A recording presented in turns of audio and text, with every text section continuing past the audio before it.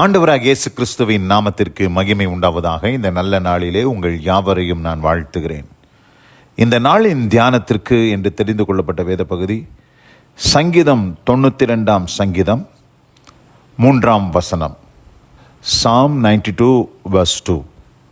காலையிலே உமது கிருபையையும் இரவிலே உமது சத்தியத்தையும் அறிவிப்பதும் நலமாயிருக்கும். ஆமென். பிரியமானவர்களே, நான் வாசிக்க கேட்ட இந்த வார்த்தையிலே இது ஒரு ஓய்வு நாளின் பாட்டாகிய சங்கீதம். இந்த சங்கீதத்தை பாடும் பொழுது சங்கீதக்காரன் என்ன சொல்லுகிறார்?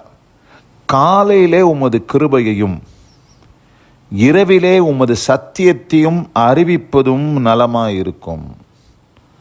அப்போது காலையிலும் மாலையிலும் நாம் அறிவிக்க வேண்டும். எதை அறிவிக்க வேண்டும்? காலையில் அவருடைய கிருபையை நாம் அறிவிக்க வேண்டும்.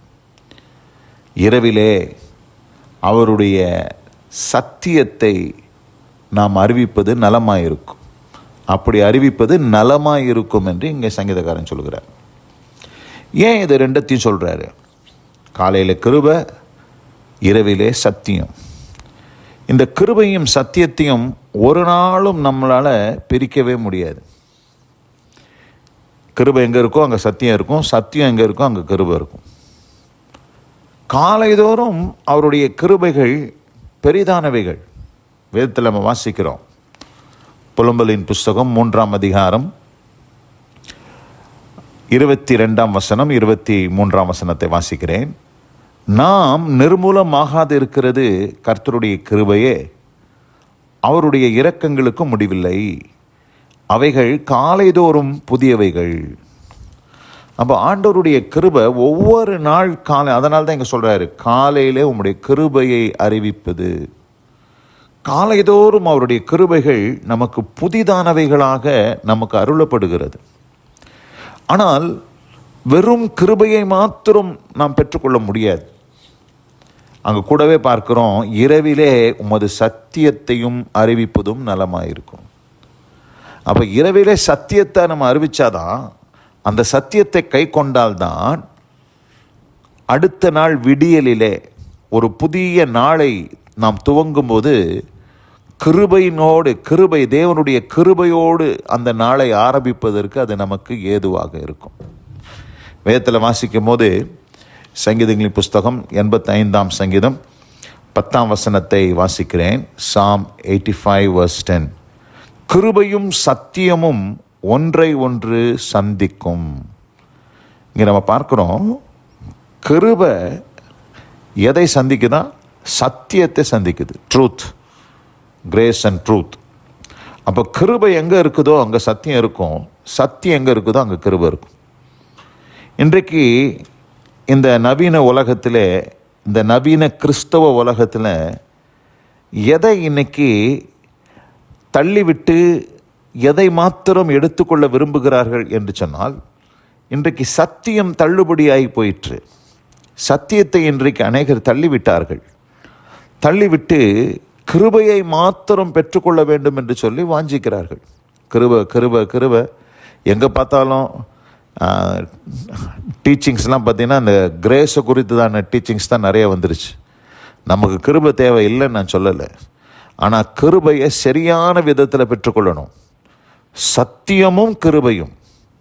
நான் வேதத்தில் வாசிக்கும் போது யோவான் சுவிசேஷத்தில் இயேசு கிறிஸ்துவை குறித்து அங்கே சொல்லப்பட்டிருக்கிறத நம்ம பார்க்குறோம். எப்படி சொல்லியிருக்குது? 1 யோவான் சுவிசேஷம் 1 14 வாசிக்கிறேன். verse 14. அந்த வார்த்தை மாம்சமாகி கிருபையினாலும் சத்தியத்தினாலும் நிறைந்தவராய் நமக்குள்ளே வாசம் பண்ணினார்.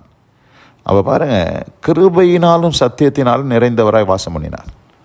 17 வாசிக்கிறேன். இதே அதிகாரத்தில் 17 எப்படி எனில் நியாயப்பிரமாணம் மோசையின் மூலமாய் கொடுக்கப்பட்டது, கிருபையும் சத்தியமும் இயேசு கிறிஸ்துவின் மூலமாய் உண்டாயின.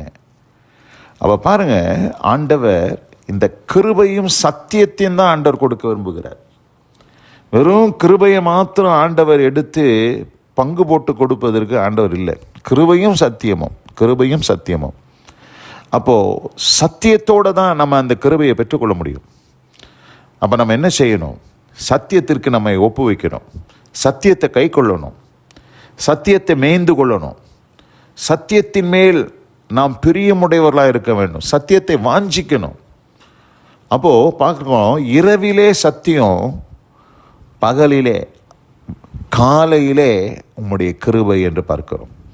பிரியமானவர்களே, இந்த அருமையான இந்த நல்ல நாளில் கூட ஒருவேளை உங்கள் வாழ்க்கையில் நீங்கள் கிருபை வேண்டும் என்று சொல்லி நீங்கள் வாஞ்சிப்பீர்களானால், ஆண்டவரிடத்தில் எப்படியாகிலே நான் கிருபையை பெற்றவனாய் வாழ வேண்டும் என்று விரும்புவீர்களானால், நாம் செய்ய வேண்டியது என்னவென்று சொன்னால், சத்தியத்திற்கு நாம் செவி கொடுக்கணும். ட்ரூத், சத்தியத்திற்கு நாம் செவி கொடுக்கணும். கர்த்தருடைய வார்த்தைக்கு நம்ம இடம் கொடுக்கணும். அந்த சத்தியம் நம்முடைய வாழ்க்கையில் பேலன்ஸ் செய்ய வேண்டும். அந்த சத்தியத்துக்கு நாம் கீழ்ப்படிய வேண்டும். அப்படி நாம் செய்யும் பொழுது இரவிலே சத்தியம், விடியலிலே கிருபை. இந்த அருமையான இந்த நல்ல நாளில் கூட இந்த வார்த்தைகளை கேட்டுக்கொண்டிருக்கிற அன்பான சகோதரி சகோதரியே, இன்றைக்கு உங்கள் வாழ்க்கையில் ஒரு புதிய விடியல் உண்டாக வேண்டும் என்று சொன்னால், பலவிதமான பிரச்சனைகளுக்கூடாக நீங்கள் போய்கொண்டிருக்கலாம். கர்த்தருடைய கிருபைக்காக நீங்கள் காத்திருக்கலாம்.